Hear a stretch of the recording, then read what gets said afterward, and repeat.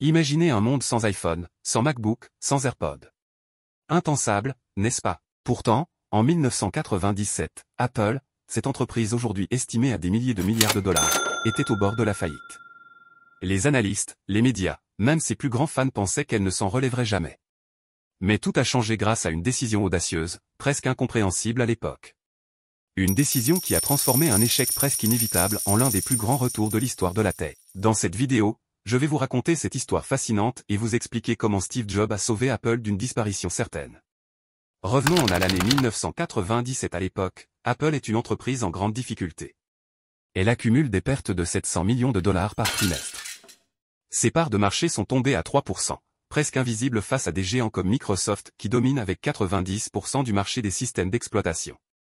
Les produits d'Apple, comme le Newton ou le Macintosh Performa, ne se vendent plus. La concurrence est trop forte, les prix trop élevés, et l'entreprise n'a plus aucune direction claire. Pour couronner le tout, Steve Jobs, cofondateur emblématique d'Apple, avait été évincé en 1985.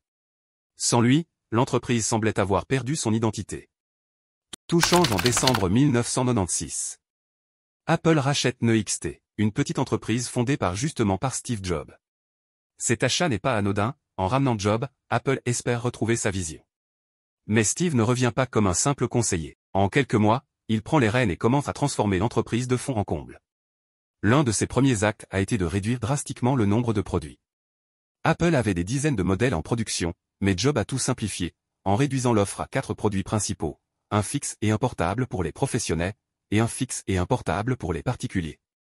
Une décision radicale, mais nécessaire.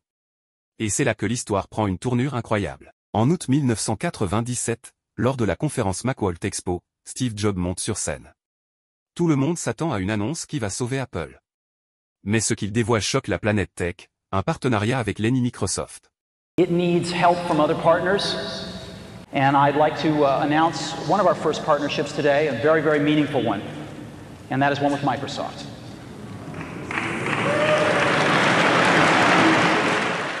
Oui, vous avez bien entendu.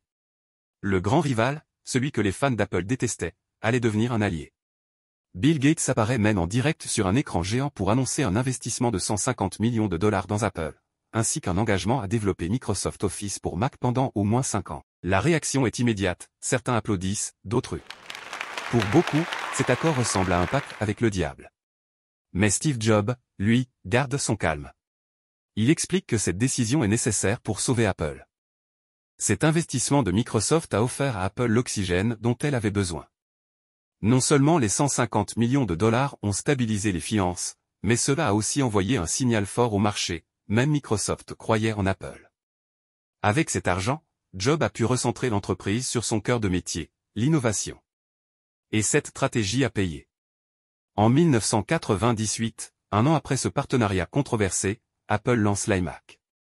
Cet ordinateur, conçu par Jony Ive, a révolutionné le marché. Avec ses couleurs vives et son design futuriste, il a attiré l'attention de millions de consommateurs. En seulement 5 mois, Apple a vendu 800 000 iMac. Ce produit a marqué le début d'une nouvelle ère pour l'entreprise et a relancé son image auprès du grand public. Alors, que retenir de cette histoire?